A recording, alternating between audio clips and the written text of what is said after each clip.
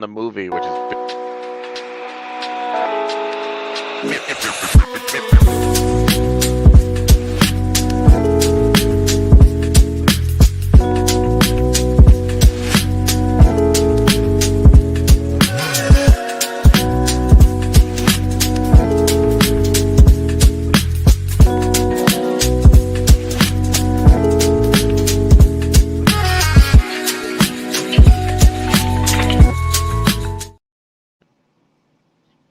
all right. Here we are, little DNVR Avalanche podcast. It is 12:34 where I am. I think it is 10:34 where you guys are. So yeah, doing an emergency podcast tonight. I am AJ Hafley. He is Eric Lacroix. We are talking about the Avalanche signing Brent Burns, defenseman Brent Burns. Used to be forward Brent Burns. That's the forward. That's the Brent Burns you and I knew before he decided to start going on and winning a Norris Trophy and being one of the elite offensive defensemen in the NHL. Eric, when you heard the news, without considering contracts, without considering anybody else on the Avalanche, just Brent Burns today as a player, what are your thoughts? I gotta be honest with you. Like, I never really thought about Brent Burns the past couple weeks. I just never. I mean, I'll tell you why. Just because he's a right shot, and they got Manson, they got Malinsky, they got Makar. I just never thought that would be something they would do. You know what I mean? Do I like him? Yeah, sure, I do like. I mean, am I in love with him? No. Does he seem like a great dude? Absolutely. Is he durable? My God, it's actually ridiculous. Um, is he going to be a good fit? Yeah, yeah. I mean, I just think this is the start of something else. You know what I mean? I just think that they're going to move one of them. And I know people are saying, well, you didn't sign Ryan Lindgren, so that's like, you're a veteran. I get it, but I still thought that they would drop one just for whatever reason. Um, Try to help out in different aspects of the lineup. So I do think, I don't know, I just think this is the start of something. Or maybe I'm wrong. But yeah, I mean, I think this is a good move, and I think that, what is it, $1 million and then signing, whatever the bonuses that you can move to the next season if you choose to, which they would, obviously. Um, you know, so it's Yeah, something that. the bonuses right now, don't know the specifics on the games played bonuses, but it's up to $3 million in bonuses. It's $1 million base salary this year, depending on the cap situation at the end of this year. They can either push this. They can either put this bonus onto Colorado's cap this season or next season. They'll have that choice. So. Yeah. Right now, the Avalanche have about $32 million next year in cap space. Before this, they had about 7.5 in cap space. So you can see where the appeal of pushing it into next season comes from. So that is from the money side of it, the $1 million base salary with the option to push bonuses, assuming he achieves those bonuses again, without knowing what they are, knowing that he has a 900 plus games played Iron Man streak. I'm just assuming he's hitting those. Yeah. That's certainly any regular season ones. But No, yeah. Again, it's just like deferred money, right? yeah, Yeah, yeah, you know what I mean. So exactly. it's all good. When it comes Legally. when it comes to a guy who hasn't missed a game in multiple years, we're just gonna assume. Yeah, So pretty crazy. I mean, he is coming to Colorado, I guess, to really give that thing a good solid test. Let's go to a beat up team that always has injury problems and see if I can continue my Iron Man streak. Eric, the player he is, again, I'm not going to worry too much about what's coming next, but the player he is today, he partnered primarily with Jacob Slavin in Carolina, still played over 20 minutes per night, had a gigantic drop off of the cliff in offensive production, dropping all the way down to 29 points in 82 games last year. Not much in terms of production I mentioned this on Twitter. He had 11 hits last season. That's not a lot. You're not getting much in the way of physicality there. Give him credit. He had 10 hits in the postseason. In 15 playoff games, he had 10 hits. So it picked up. Yeah, Now, it's I will say stat tracking on hits is an inconsistent rink to rink, so I wonder if Carolina is just one of those places and he comes to Colorado and all of a sudden he's going to have 22 hits next year. He's going to get crazy with it. He just turned 40 years old in March. He's an old man now. He needs to be. I think he understands. He's watching it, and if he wants to play 82 games, he's got to be careful with that physicality. Um, yeah, the guy that he is now, good, still a good offensive defenseman, still a play driver. Gets shots, a lot of shots through. I've seen some Carolina people be like, "Oh, enjoy him shooting into shin pads, brother. We have been living through Sam Girard for a long time. You don't even know. All right, you don't even know." Um, I would say that the offensive side of this is a really good fit. The defensive side of it is less of a good fit. Now he is excellent on the PK. He's 6'5", 230 pounds, so he takes up a lot of space. He's got great wingspan. He uses that reach really well on a penalty kill, where physicality is a little less important, and just raw taking up some space helps you quite a bit. Um, that's great. That's great. yeah. The So one thing I'll say and I'll add about him is, um, yeah, he might not get a lot of hits, whatever. Like, but he's an intense player. yeah, It's not like he's soft. He's not soft. He's an intense player. You have to be intense when you carry a backpack that weighs like 300 pounds walking into a rink. But who knows? I'm not yep, sure. We're gonna have to ask him what's in that thing. Probably not the 300 animals that he has or something like that. I mean, this guy's got a bunch of animals and snakes, and he's one of those guys that just loves all kinds of animals. He used to travel with his RV in the summer and get his workout stuff in there, and very different lifestyle. But anyway, it must work. He plays 82 games every year, so he must take care of his body. Now he is intense. I'm going to use the word Val Matushkin. Same thing for me. I've always said that. I say it on the pod all the time. When people tell me Val Matushkin is a physical winger, I'm like, no, he's not a physical winger. You know, Val is a hunter. He hunts pucks. He's intense, but he doesn't hit. He's not a physical player, not a scary guy. So I would say Brent Burns falls in that category. He works hard. He's an intense player, but he's not going to kill you through the boards. He's just rangy. He's lengthy, yeah. which helps on the PK.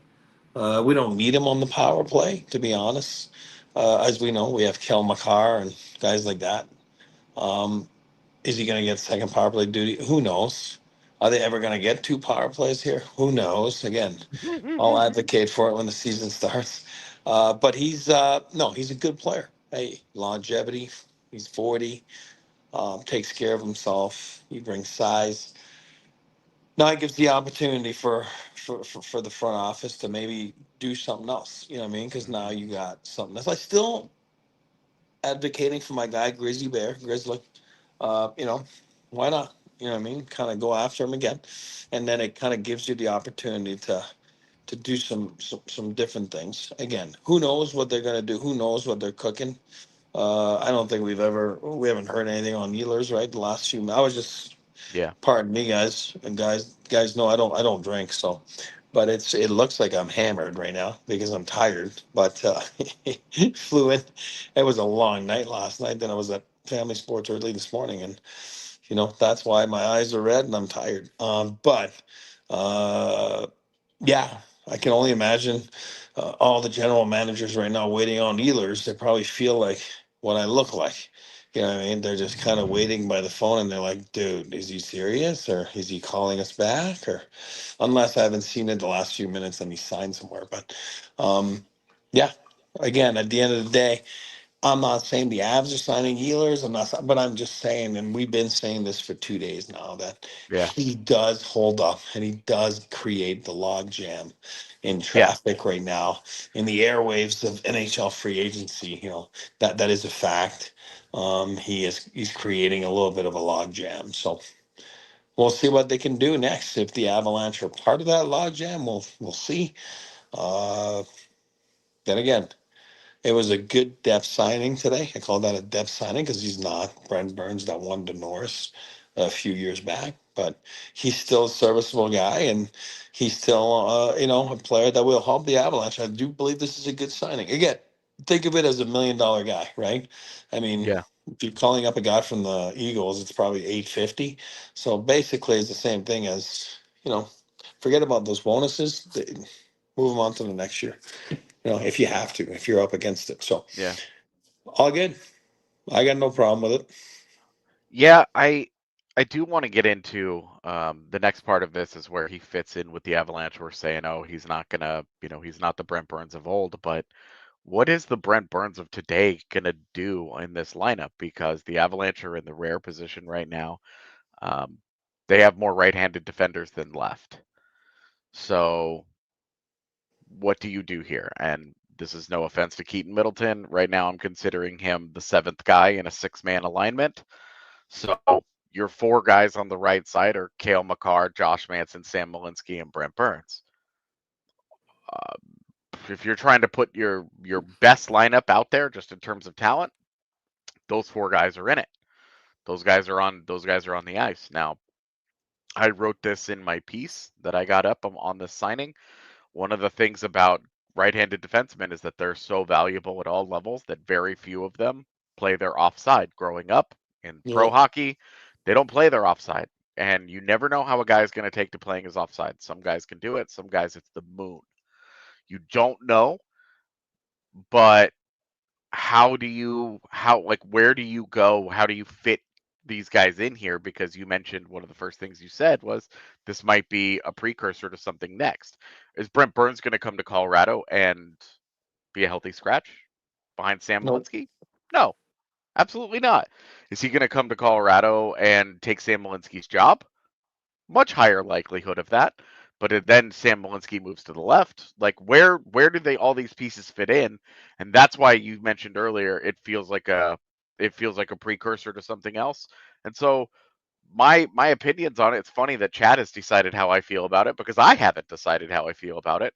I want to know what's next here because if they go out and they get a John Merrill and they trade a Josh Manson or a Sam Malinsky, they move one of these guys, it makes a little more sense in terms of your lineup balance. If they just say, hey, these are our six most talented guys, figure it out. One of you guys is going to have to play on the left side.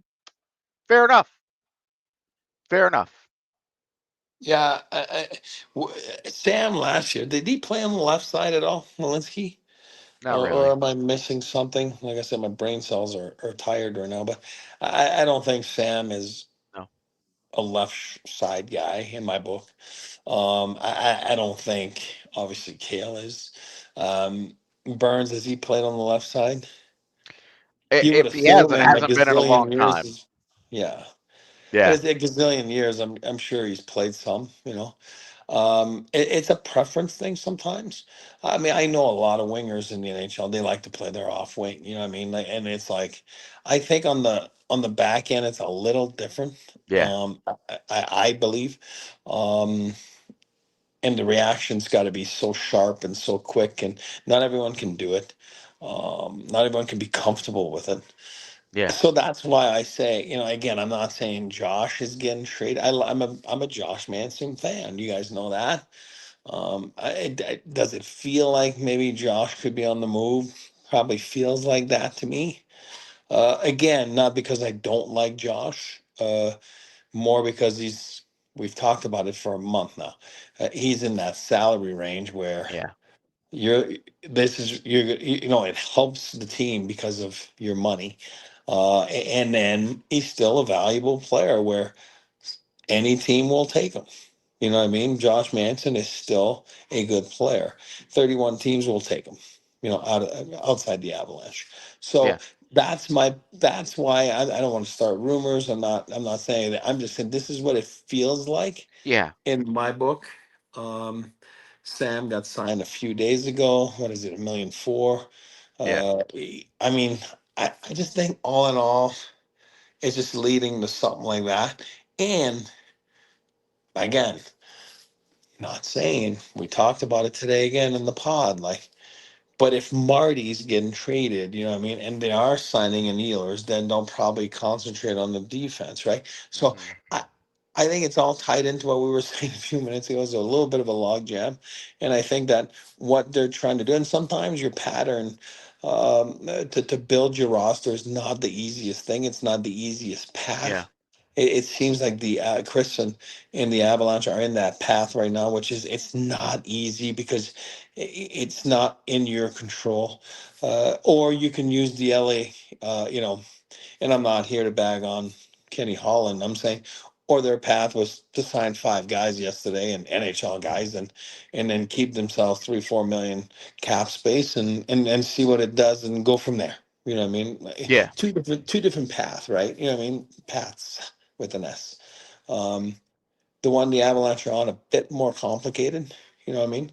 A bit more complicated, but doesn't mean that it won't be successful. Those guys know what they're doing. Um, I don't like to see people the last couple of days saying, "Whoa, sleepy front office." it's a Guys, meme. Don't worry about it. I mean, this front office has not been sleepy. My Yeah, lord, you know what I mean? Everything they did this past 12 months, like it's kind of crazy. You know what I mean? It's crazy. And this is not flower. It is flowers. I'm sending flowers to them because it's not easy to do what they did. They're the furthest thing away from sleeping. Furthest thing away. yeah, and it has been a slow start to free agency, but also they cleared that cap space for something, and I don't think that spending $1 million on Brent Burns was it.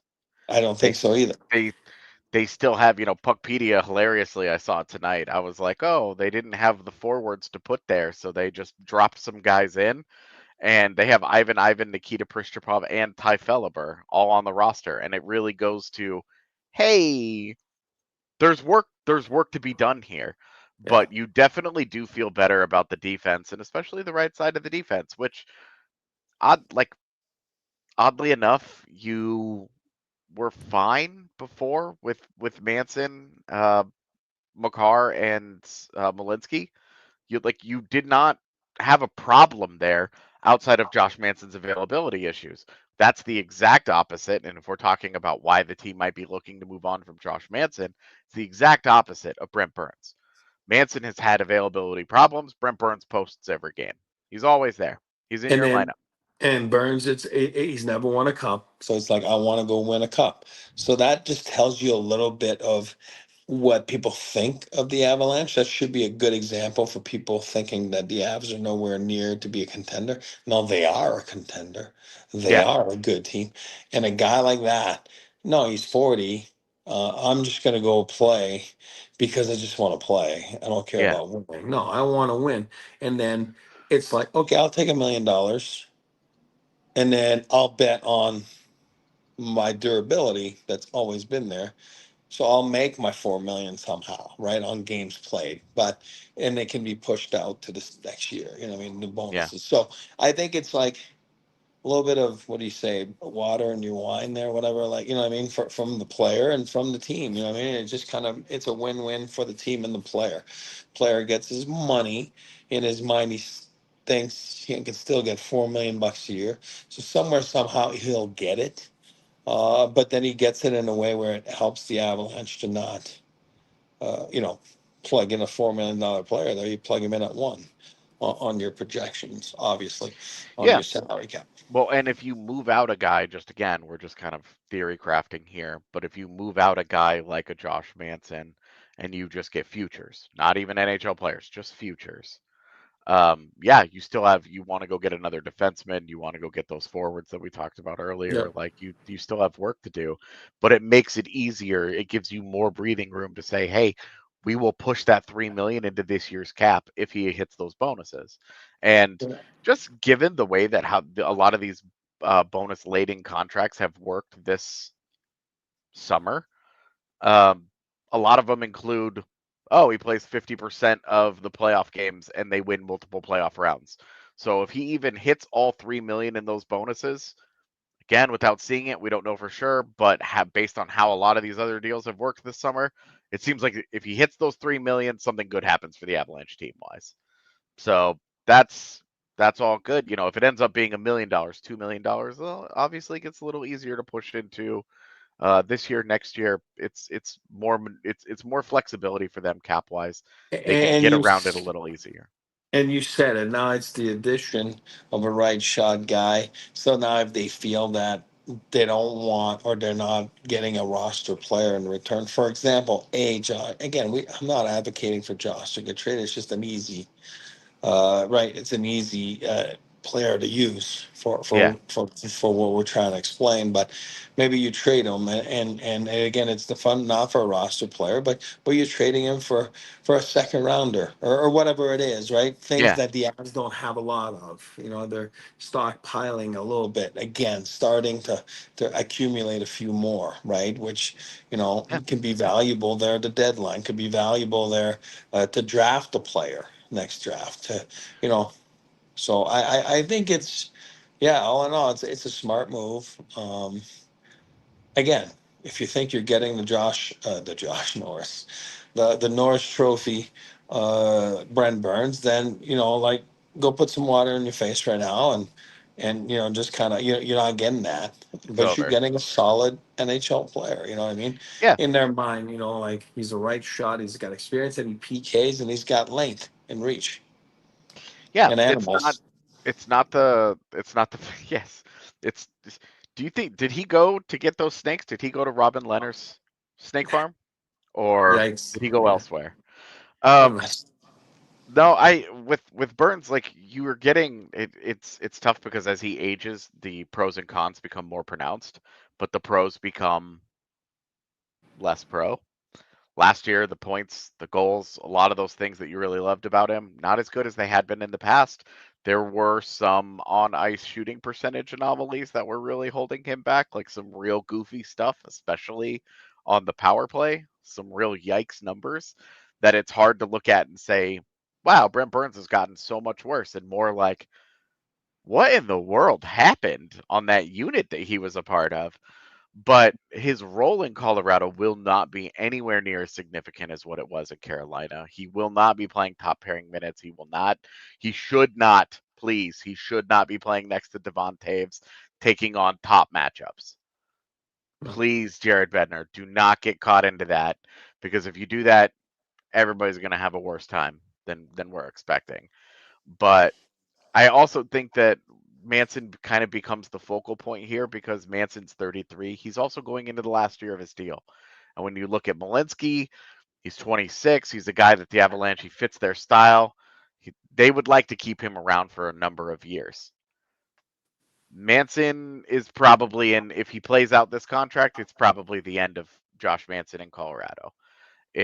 And signing Brent Burns gives them kind of that band-aid on the second pairing where we say second pairing, they will need to do something else. No matter what on their defense, I think they have to continue to add. Even if this is their opening night six, I think that they will still need to add. Uh, I'm not worried so much about having all the righties and more of a it's just a weird thing. It's not common in the NHL. Like when teams carry three goaltenders, where you're like, well, it's not impossible. It's just kind of an oddity where you don't expect it to Yeah. continue long Yeah. term. But when you do look at it, I mean, we're talking, maybe the Avs can. This is just me completely spitballing here. There are a couple teams over the cap right now. Could they flip Josh Manson to say Florida for an Evan Rodriguez, Nico Mikkola package, where it's two birds with one stone for the Avs, and the salary balances out, everything kind of mixes and matches in a certain kind of way. Something like that. I'm literally making that up off the top of my head, just blindly without having looked at it. Yeah.